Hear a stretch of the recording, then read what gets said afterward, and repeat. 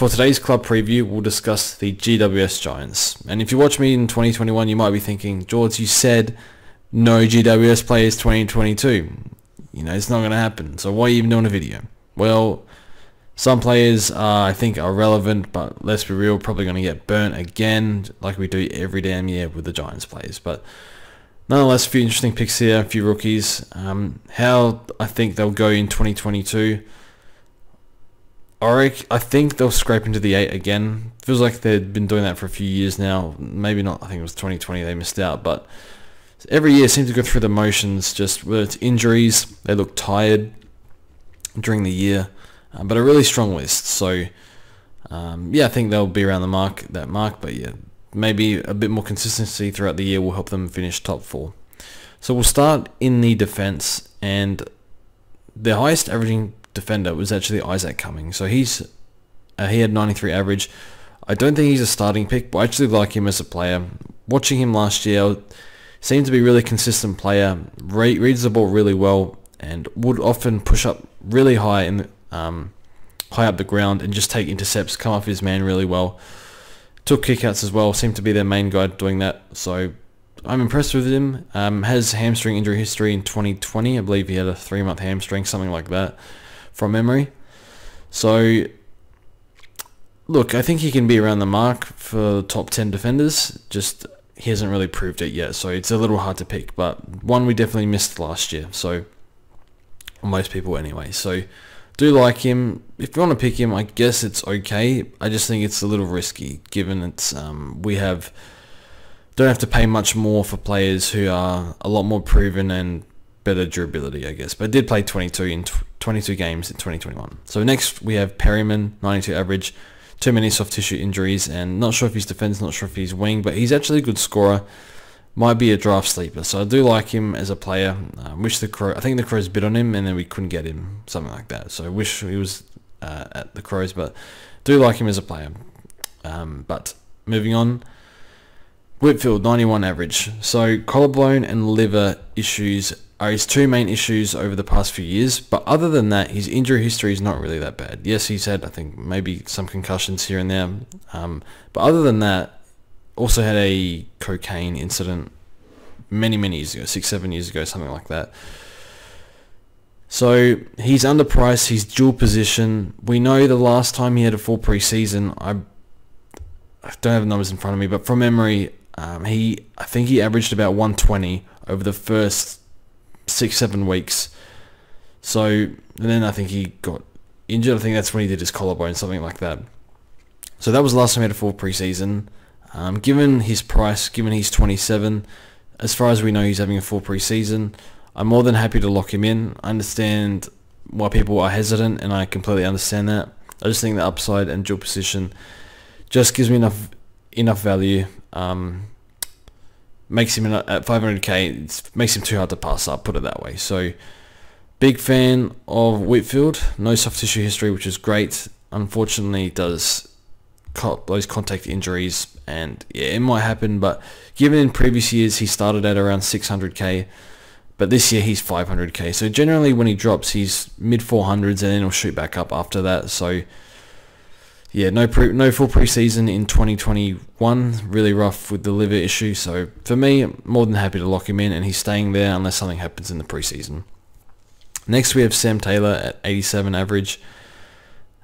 Key position defender, so scores will be up and down. He's a really impressive player, but his durability is pretty poor as well. So I can't remember exactly the issues, but had that nasty injury in I think it was this year, or 2021. Kept him out for a while. So I think he had some sort of back, he was paralyzed or something for a while, which is really odd, paralyzed in that back spine area. So has had a few other injuries as well. So for me, given his role, could easily go in the 90s. Definitely a star player on the rise, but for Supercoach, I think we prefer players that take lots of kickouts, and generally the flankers are better, or the interceptors if they also take kickouts and rebound as well. So leave Sam Taylor, and then Nick Haynes. Don't think he has a ceiling. Not sure on his role. Kind of chopped and changed a bit. At times I think it was even on the wing as well. So yeah, also durability is not as great anymore, so Nick Haynes will skip. Potentially a bit underpriced, but I'll skip Haynes nonetheless. And then Lockie Ash. So coming into his third year, I'm really impressed with Ash. At the start of 2021, his play in defense was really good. Took some kickouts, brought that run and carry. Thought it was really impressive. Later in the year, I think he was dropped, which was strange. I was a little shocked by that. Does score better down back, but when he came back into the side or in the second half of the year, there was 2 or 3 rounds where he had they played him as a midfielder, as a tagger. But other than that, I'm not sure where else they played him. They must have put him back in defence. But yeah, there's issues with the role here. Are they going to use him as a tagger? I think long term he's a midfielder, but he'd be a great defender if they kept him there.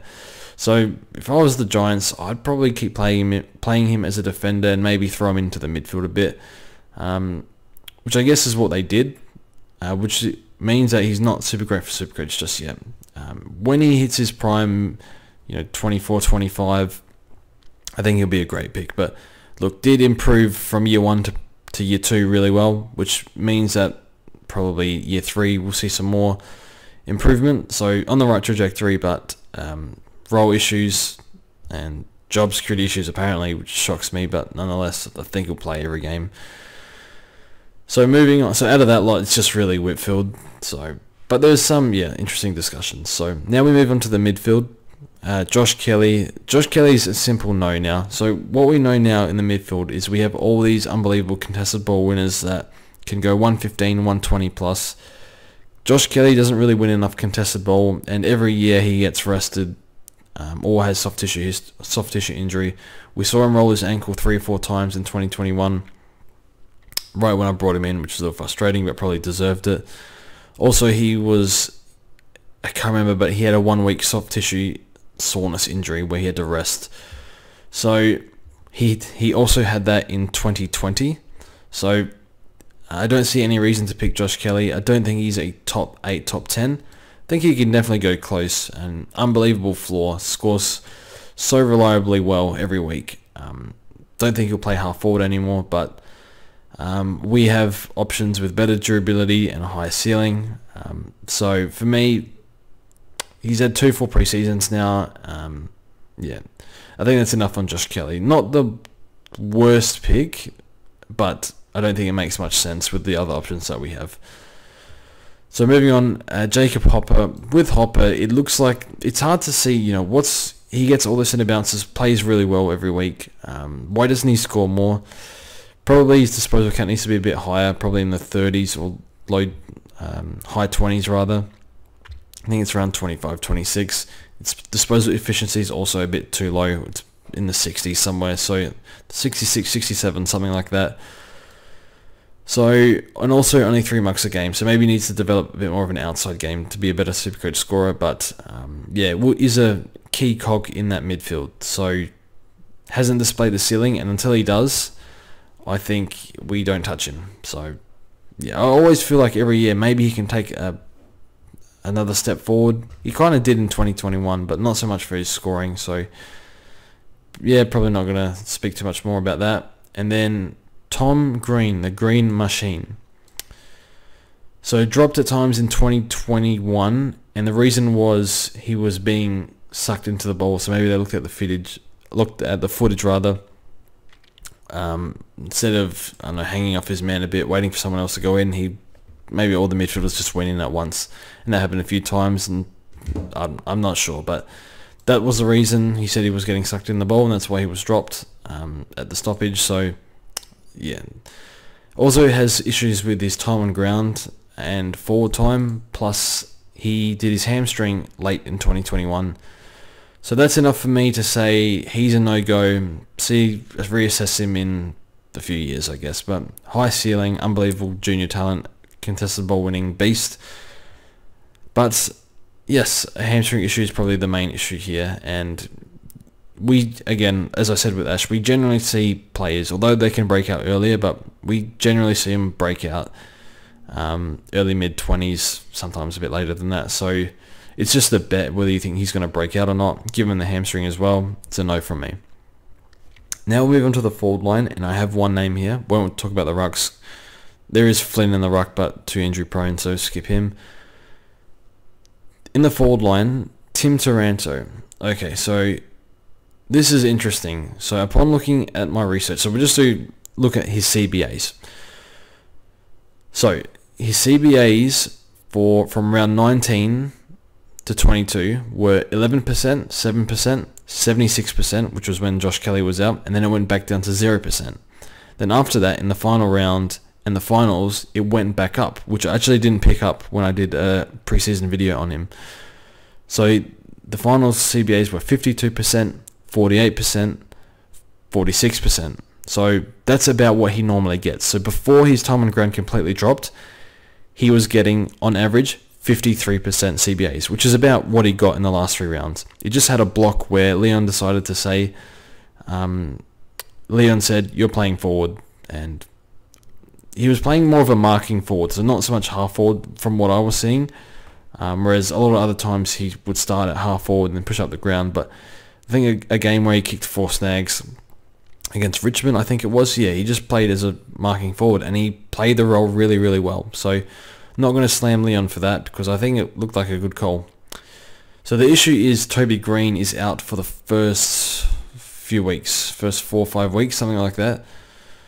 So how is he used? And his ceiling is not super high for Supercoach. In fantasy, he's a stud, but Supercoach, he has those massive games with so many clangers, just because of the way he uses it at a stoppage. He just slams it on the boot far too often, which is not good for Supercoach. So basically, if you want to pick him, I think given his CBAs in the last 3 weeks of the season, including finals, I guess there is a justification for starting him. But given the fact that Green's out, given the fact that he will probably have those games like he always does, where he has double-digit clanger numbers, or at least 8, 9, 10 clangers, and then 120, 130 fantasy, 80 Supercoach, and he'll drop around the 500s. Could even drop lower, but I think he'll kind of hover around 500. Again, it also might depend on how Leon uses him, but until Green comes back, I don't feel safe with this pick. When Green comes back, I think I'd feel a lot more comfortable. So he's a priority upgrade target for me. And that's enough on Taranto. But yeah, he's a really good player. Was their best player in the grand final by a mile, I thought. So yeah, just wait and see on Taranto for me. But if you want to pick him, I guess it's fine. So we'll look at some mid prices. Before we get to Bruce, there's just one interesting one I found. James Peatling, 240k defender. 97 average in the VFL, but only 55 average in AFL in his 3 games that he had. Mainly because he's halfback, so basically they're just using Cumming and Ash at halfback a lot more. And then probably when he came into the team, I didn't actually see him play, but when he came into the team, it was just maybe he took kickouts in the VFL and he just didn't get them. So yeah, sounds like he has a bit more of a role at VFL level. So I just thought that was interesting. If they somehow lose a few defenders, he could potentially be an option, but let's be real, it's probably a bit of a stretch. So now we'll speak about Braden Bruce. Okay, let's look at the facts here. So I'll be as objective as I can, because generally when I hear the name Bruce, I just say I don't really want to hear it. But 200k in the ruck line, and that's half the issue. So there's the pick itself and the fact that it's in the ruck line. When things go wrong in the ruck line, you can kiss your season goodbye. It's simple as that. I'm not spending 4 months doing videos just to throw it in the bin so Bruce can injure himself in round 3. It's just not worth it. There might be backup with Sam Hayes and Max Lynch. I'm not exactly sure where they fit into the 22 at the moment. That's something that might be figured out over preseason, so I don't really want to deal with this issue that the ruck line, just if you pay up, then it's easy to go sideways to somebody. And even Witts is coming off an ACL. So that's my thoughts on that. But we'll look at Bruce as a pick. Okay, so there was an article out today which said Jason McCartney, the GM of football at the Giants, said he had a minor procedure before Christmas. Didn't say what it was. I assume it was the shoulder. But yeah, don't know exactly what it was, and is now raring to go. But he also mentioned that Briggs, Flynn, and Bruce are all fighting for either 1 or 2 spots, because he said they might play 1, they might play 2 rucks at the same time. So you can see ruck roulette is going to happen, and it might be, they look at what they did in 2021. They played Mumford, they played Briggs, they played Flynn, they played 2, that in and out, that's in and out the side non-stop. I wouldn't be surprised if that happens again. I think Briggs' durability seems okay. Flynn and Bruce not so much. So I haven't actually looked too much into Briggs, but from memory last year, it was better than the other 2. So he's played 18 AFL games in 5 seasons. Yes, he played a fair bit of VFL in his early games, but the last 2 years basically played nothing. Has scored a 150 against Cruiser a few years ago, so I guess that's good. And would monster the VFL players. So I think it was described he was getting hit-outs for fun in some article when he was traded to the Giants from Melbourne. So just quickly, let's look at his injury history the past 3 years. 2021 had a torn pec and needed a shoulder reconstruction, which took 5 months.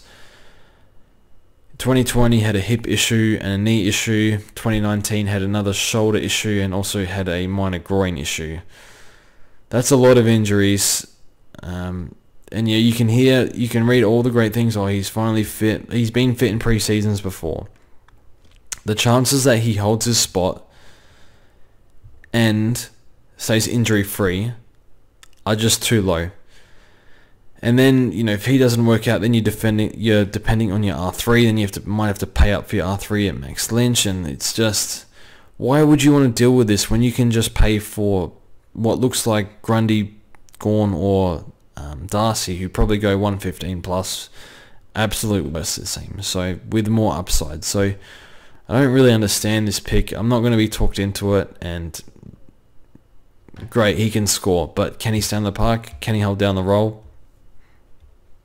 Don't really want to deal with that. So we'll move on. Now the rookies. Actually, there's not a lot of rookies here, but we have Lee Kalia, 144k defender. From his draft profile, he lacks offensive game, unreliable with ball in hand, but reads the play and intercepts phenomenally well. This is going from memory because I can't find the stats, but I think it was 67 Supercoach average in the SANFL. Despite being 21, I think, it says he is raw and also lacks consistency. So generally you think if they're 21, maybe they've had a few...